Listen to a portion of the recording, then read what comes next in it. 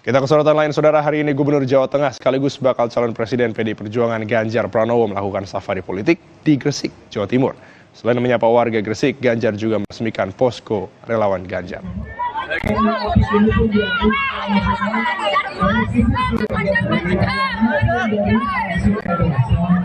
Halaman Stadion Gresik Joko Samudra dipadati warga yang ingin bertemu dengan Ganjar Pranowo, saudara. Mereka berebut bersalamat dan berfoto bersama Ganjar. Selain menyapa warga Gresik, agenda bakal calon Presiden Ganjar Pranowo sekaligus meresmikan posko relawan. Di tengah acara, Ganjar menyempatkan diri berinteraksi dengan warga dan memberikan beberapa pertanyaan.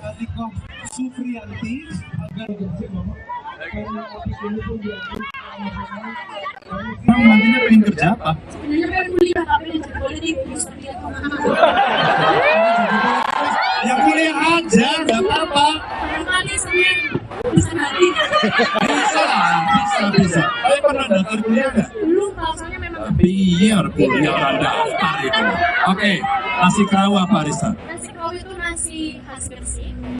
Dia nasi perpaduan daging atau ayam.